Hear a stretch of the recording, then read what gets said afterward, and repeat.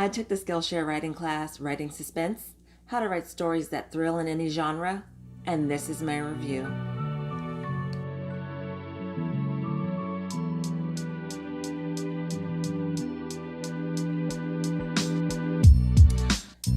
Welcome back to Years in Writing. It's Brandy, and today I'm bringing you the third installment of our 5-video series of Skillshare writing class reviews. Today's class is Writing Suspense, How to Write Stories That Thrill in Any Genre, and our teacher for this class is Benjamin Percy. He has an extensive body of work that includes novels, and for comic book nerds, he has written comics for the Teen Titans series as well as Dawn of X in the new X-Men universe. So our teacher today definitely has experience in what the topic is, and we are going to get into it. So in his introduction, he says, this class will give you the tools to tease out suspense in any capacity from first line to final draft. I believe that's true. So let's dive in. This class is 1 hour and 16 minutes long, and 4,645 students have taken this class before I did. So we are in good company with writers and aspiring writers who want to write good suspense into their stories. There are 19 projects that have been submitted to the class, so that tells me that this class is not only a good class, but it's engaging and it gets its students wanting to complete the projects. That's always a good sign for Skillshare classes. We have one resource for this class. It is a Freytag's pyramid, or it's uploaded under Freytag's triangle, but it is a Freytag's pyramid. If you're not familiar with Freytag and the Freytag's pyramid, it is a plotting device, and it helps you to plot out your story from the beginning, the introduction, the exposition, all the way up to the climax, and then down to the resolution. You can learn more about Freytag's pyramid on YouTube. You can Google it, and I'm pretty sure there are other classes on Skillshare that touch on Freytag's pyramid. The first lesson for the class is called Designing Suspense. And our teacher opens up by telling us the story of his childhood friend who took a trip to Disneyland, and as he was standing in line, a stranger taps on his shoulder and says, "Hey kid, how do you make a tissue dance?" His friend doesn't know the answer, and the man asks him again, "How do you make a tissue dance?" So the kid doesn't know the answer. He says, "I don't know," and he gets on the ride, and while he's on the ride, he's trying to figure out how to make a tissue dance. So he can't even enjoy the ride because this question is going on and on in his mind. The man never answers the question, and he disappears into the park.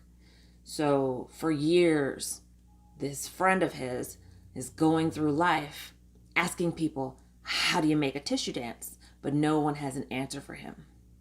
And that's our first lesson in suspense, is to leave the person asking a question.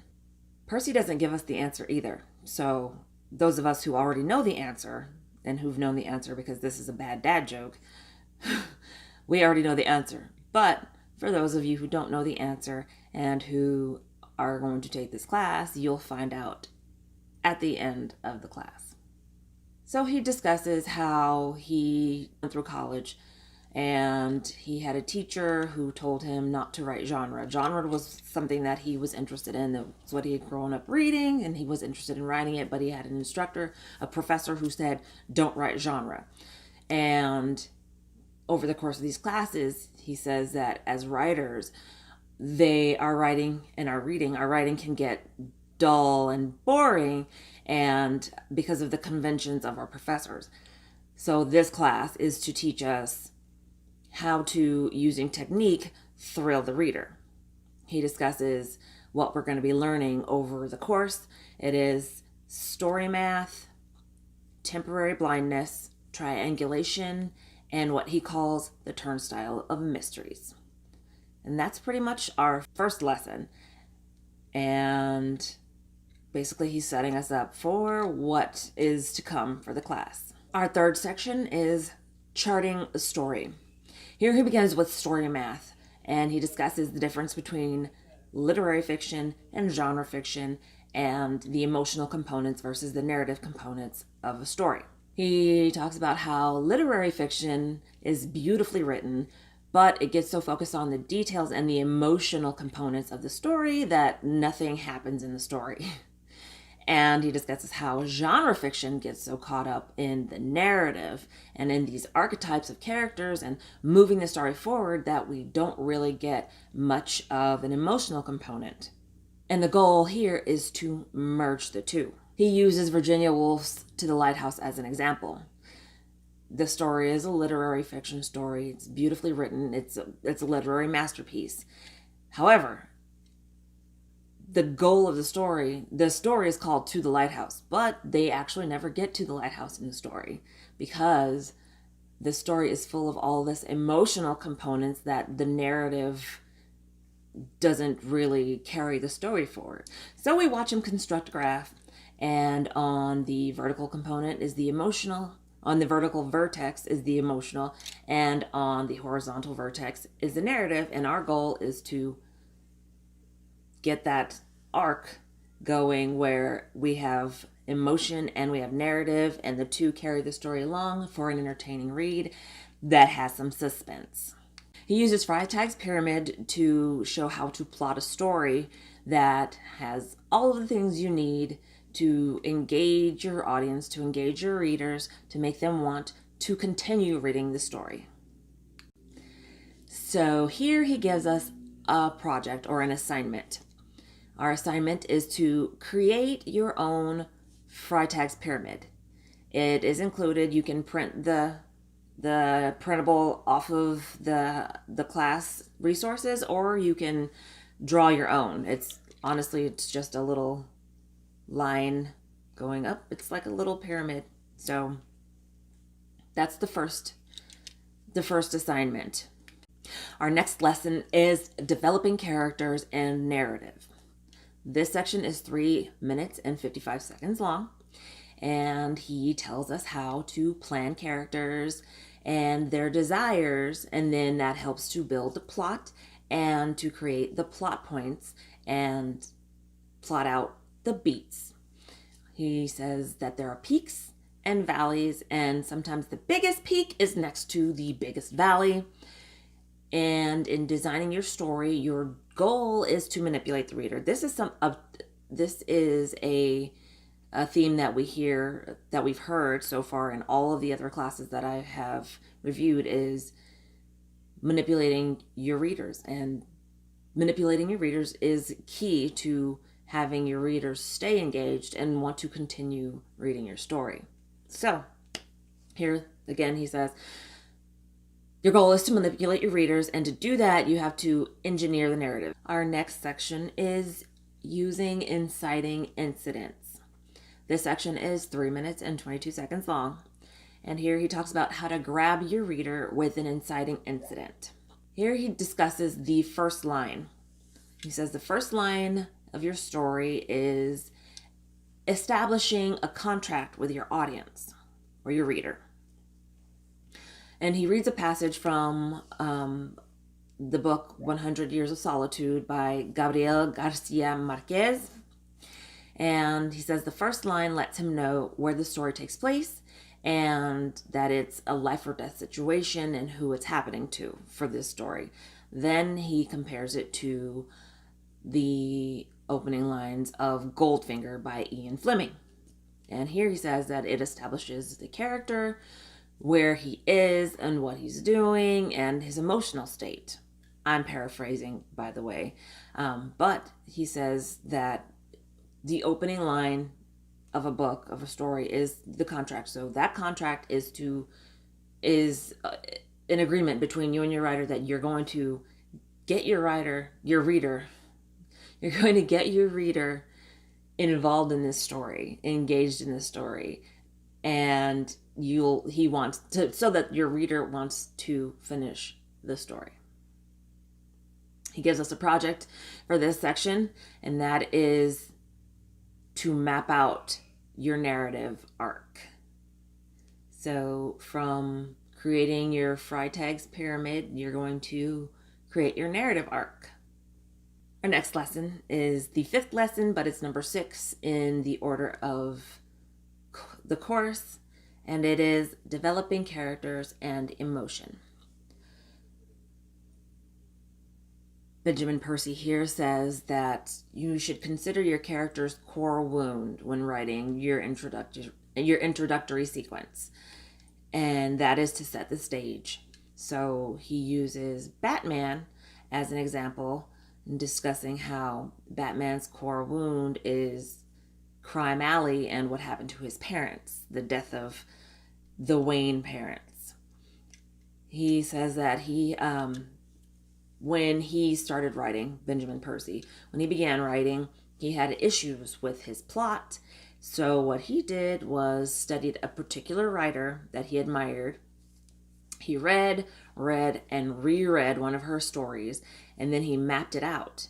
He took out a pad and a pencil, and he went through line by line, mapping out the story. Here was the exposition, and here was the inciting incident, and then here was a reversal, and then here was the climax, and yada, yada, yada, yada. He did that for this entire book of hers. When he did that, he wrote a story and did that for himself, figured out all of his plot points, and wrote a story using the same formula. There he gives some really good advice, which is for you to do the same thing. So find an author that you enjoy that maybe is similar to what you're writing or writes the kind of work that you want to write. Open that book, read it, and get out a notebook and a pencil and map out all of the story points while you're reading, and then try to engineer your story similarly. Now, don't use the same tropes, but engineer your story to basically take the same path, the same cadence, if you will, and see how it shakes out. And we have an assignment for this section. The assignment is to write 3 to 5 introductory sentences that establish a narrative and emotional arc for your character. Our next section is using emotional resonance. It is a 5-minute and 29-second section, and here he reads, to begin, he reads a passage from the essay Father's Son's Blood by Harry Crews.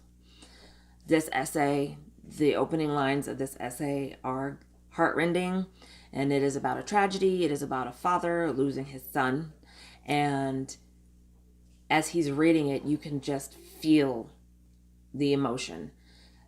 This whole passage is narrative. He doesn't mention his emotions in the story at all, but every line that he is reading, you can feel what the writer felt. By the way, Benjamin Percy's voice is one of those deep, gravelly type of booming man voices that you can't help but just to listen to. So his voice helps with the reading of these passages. But anyway, so here he discusses how nowhere in this passage do we mention emotions, and how when the narrative is good like this, when there's so much going on, you don't need to mention emotions. Keep the emotions for your next section after all of the narrative is done. Then you include, how a person is feeling. To quote him, he says, "When the narrative is hot, write cool." So take that and do what you will. Our 7th lesson in this class is called Building Suspense with Temporary Blindness. This is the longest section of the class. It is 9 minutes and 23 seconds. It is about dangling the carrot on the stick. It's about delaying gratification. It's about not giving your reader or your audience all of the information. So your goal here is to build tension. He uses Jaws as an example, saying that the shark in the water, when we first see Jaws, all we see is a fin, and that's the scariest moment of the story. And during Superbad, they have a goal in Superbad, and that is for them to lose their virginity by graduation, and how if it took longer, if the story was for them to lose their virginity by the time they hit grad school, it would be a different story and people probably wouldn't be interested. So he's talking about timing as well as building suspense. He says to consider how long your audience is going to wait, how long your reader is willing to wait for the big reveal. And in doing such, you need to continue to build suspense on top of suspense on top of suspense. And a way to do that is through temporary blindness. That's like the thing that's right around the corner. So you have a character who is walking around a dark house and they hear a noise and they don't know what that noise is or where it came from. But now you have this unknown over here.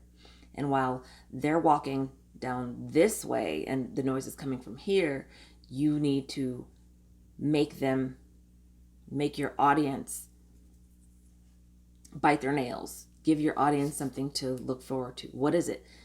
Are they going to turn a corner, and what's going to be around that corner? You also build temporary blindness by defying expectation. So if your audience is expecting the monster to jump out of the closet, you have your main character open the closet door and a broom falls out of the closet. There's no monster there, but there's something in the house. That's where the suspense comes in. Here, we also talk about the midpoint reversal, and where your main character's plan either fails or falls apart, and now your character has to come up with a new plan. They have to change tack, and they have to figure out how to meet their goal or get where they're trying to go or solve the mystery or whatever the case. So he uses The Road by Cormac McCarthy in this example, where it's a father and son, and they're in a house and they're trying to scavenge in the house. They go through the house, they hear some sounds, and suddenly they're confronted with these people that are chained up, missing body parts, because they realize these people that are chained up are the food for the people who actually live in this house. So now he has to figure out how to get his son, the main character has to figure out how to get his son out of this house safely before these other people come back, or maybe they did come back. I'm not sure. I haven't read the book, but he discusses this. This story is an example of reversals and withholding information and how to build suspense. He says here that you should nest into your stories something that the readers don't know, and something that they're anxious about. Then he gives us an exercise for temporary blindness. So he starts out creating a scene, and then he assigns you, the student, to continue the scene with 3 more reversals, and then add 1 of 2 of your own reversals ideas into the class discussion board for the other students to do. Our next lesson is using reversals. Here he touches on what he calls the turnstile of mysteries, and he talks about his experience writing for Batman. So he said his first introduction into writing comic books was writing a 2-issue arc for Batman called The Terminal, and basically Batman is on a plane and some stuff happens, and then some more stuff happens, and then some more stuff happens, and it is a question upon a question upon a question upon a question. Batman has to figure out who did this, why they did it, what they did, and all these things. And that is how he used reversals in his his debut in writing for comic books, this Batman arc that he did. Section 10, or lesson 9 as it were, is called Creating the Turnstile of Mysteries. This section is 8 minutes and 30 seconds long, and I thoroughly enjoyed this section. He returns to his friend who was at Disneyland, who had the question asked to him, how do you make a tissue dance? And who has been going through life without the answer to the question. And he discusses how one summer, Benjamin Percy himself, one summer he was working at a country club and he heard some guys joking around, and one asked the other, how do you make a tissue dance? And he found out the answer. He went back to his friend and said, hey, how do you make a tissue dance? And he had found out the answer, but he never tells him. For his friend, he built more suspense with not telling him, how do you make a tissue dance? In this section, he uses Jaws as an example of emotional shifts and how you can use emotional shifts to build suspense. Also, how answering a question, but then having a bigger question on the other end of that answer helps to build suspense as well. Another example he gives us is the girl with the dragon tattoo, and about how after each chapter is another question, a bigger question. So we're getting questions from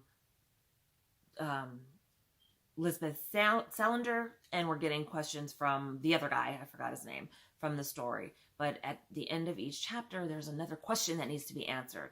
So that is building suspense. And I mean, this is a book that tons of people read, and again, another book that has been turned into a movie. So apparently the suspense worked. The technique worked. He discusses how the reversals that occurred at the end of each chapter. And we have another assignment. So at the end of this chapter, our assignment is to write a scene where you are, or a character is on a ferry from Seattle to Bainbridge, which I guess is a 30-minute time frame. And you are going to write 3 to 5 escalating reversals within this 30-minute time frame on this ferry from Seattle to Bainbridge. Section 11 is creating triangulation. He talks about triangulation here. This section is 8 minutes and 46 seconds long. And it says, triangulation is the practice of show, don't tell. What does that mean? Okay, so here he says, within the overarching goal of the main character in the story, you have to have a few mini goals. And the mini goals are things that your character is doing. He uses the example of a marathon runner. Here he says that the marathon runner is running this 26-mile marathon, but they're not looking at the finish line. They're looking at their next milestone or their next landmark. So he's looking, when he's running, he's looking to get to the fire hydrant. Then he's looking to get to the park bench. And then maybe his next mini goal is to get to the watering station. The next mini goal is to get to past the porta potties. So you have all of these little milestones or these mini goals that you're trying to hit while trying to accomplish this big overarching goal of finishing this marathon. He says here that for his writing classes, one of the biggest issues that he finds with his students writing is that when they have characters that need to have a big discussion, they will put them seated somewhere. So they'll put them on a bar or at a bar, and they'll put them at a park bench. Basically, they're stationary and they're just having the discussion.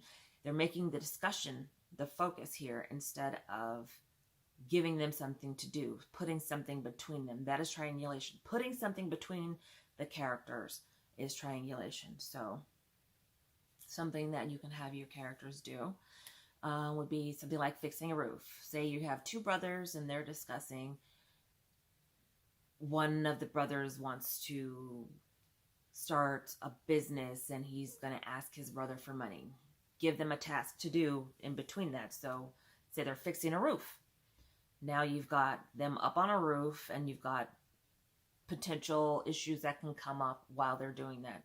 You've got the nails falling off the roof. You've got one brother might trip and almost fall. You've got another one who bashes his finger with a hammer. These are all things that can be put in the way of your characters in this conversation. The goal is to get to the end of the conversation. The goal is to get the brother to ask his brother for money, but then there are all these little things that they're trying to do along the way. That is triangulation. And we have an exercise for this chapter, or for this lesson. It is to add narrative around a provided dialogue that he gives. So he gives us a dialogue, and our goal is to add narrative, add triangulation. Give your character something to do around this narrative. Around this dialogue, basically, is what he's saying. And he gives a lot of examples. So if you're taking this class, that one, it seems like a fun one. I haven't done any of the exercises, but that one seems like a fun one. Section 12 is called Using Triangulation. The previous section was called Creating Triangulation. So using triangulation here, he gives us an example of triangulation using a Kent Harif novel called Plain Song. And the example is these two characters, these two brothers, who take in a pregnant teen who has been staying with them.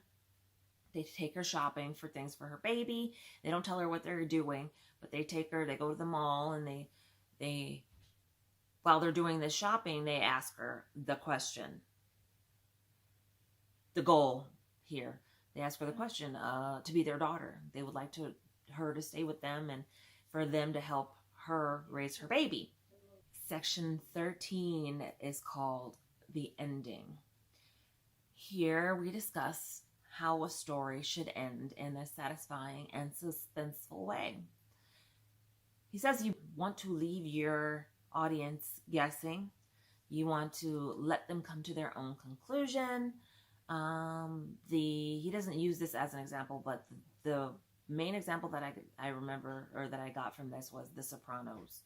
Remember at the last minute of The Sopranos, Tony and Carmela and AJ are sitting in a restaurant and they're waiting for Meadow to show up, and it shows her parking the car. It shows Tony sitting at the table with AJ and Carmela sitting in front of him, and he's looking around, and there's a guy at a bar that looks at him. The guy at the bar gets up and goes to the bathroom. We see Meadow. She's still parking. She parks her car. She gets out, runs up to the restaurant. The door opens. Cut to black.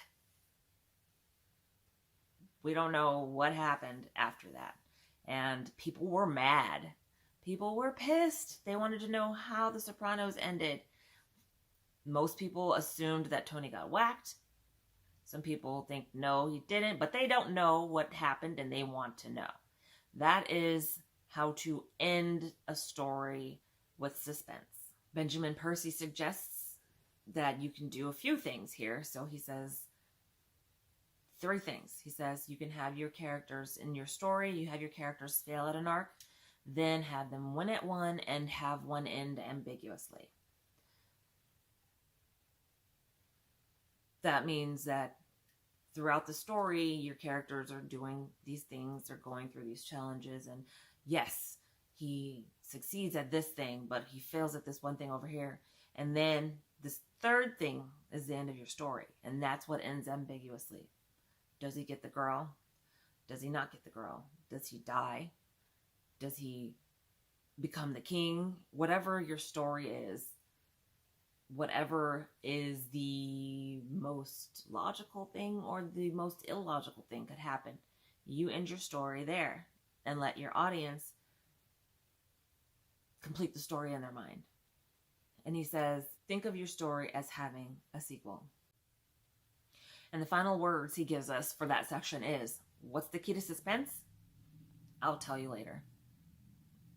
Then we get section 14, final thoughts. This section is just 2 minutes and 2 seconds long. Here he gives some great advice. So essentially he says everything is a distraction from writing. Here he offers us some advice, and he reads a passage from Harry Crews. It says, "The world doesn't care what you want to do. The world wants you to go to the zoo." And that means that everything else can take precedence. If you want to write, then you have to write. That means that you need to put down the remote control, put down the video game, put down your phone, sit down and put some words to paper, or read that book that you had been intending to read. Read those 100 books that you intended to read. It means that if you are setting out to do something like writing, then you need to do it, because he says the zoo is calling. The zoo is everything other than writing, or other than doing the reading that you need to do to improve your writing. The zoo is doing your laundry. The zoo is washing dishes. The zoo is watching TV, playing with your phone. Don't go to the zoo. Sit your behind down in the chair and write. So I really enjoyed this class, not only because of the soothing tones of Benjamin Percy's voice, but because this class was super, super helpful, I believe. It's one that you have to pay attention to. I mean, every class you should pay attention to, but this class was one that you should really pay attention to and really consider the exercises that you're given. There's a lot of in the discussion section of the class. There are students who are engaging in the class in the discussion section, so you can receive feedback on your projects there. And I think I definitely would give this class a 9 out of 10 as a rating of 1 out of 10. He gets a 9 out of 10, and that is because he uses strong examples of what he's talking about and how to implement the things that he is saying. And I felt like I came away with definitely something that was usable and that I can apply to my own writing, and that every writer who intends to inject suspense into their stories can use. So it's a strong 9 out of 10. Our next class that I'm going to be reviewing is actually not a fiction writing class. It is a book proposal class. So this class is how to write a book proposal, and it will be up on Monday. So stick around for that. Please leave comments, leave questions, leave feedback, leave any type of anything that you'd like to leave in the comments. I appreciate it. I will answer your questions. And if you are interested in taking the Skillshare classes because of the reviews, please, please, please let me know. That is super helpful for me, because after Skillshare, I believe I might be doing the masterclass reviewing the master classes. So if this is helpful to you, please let me know.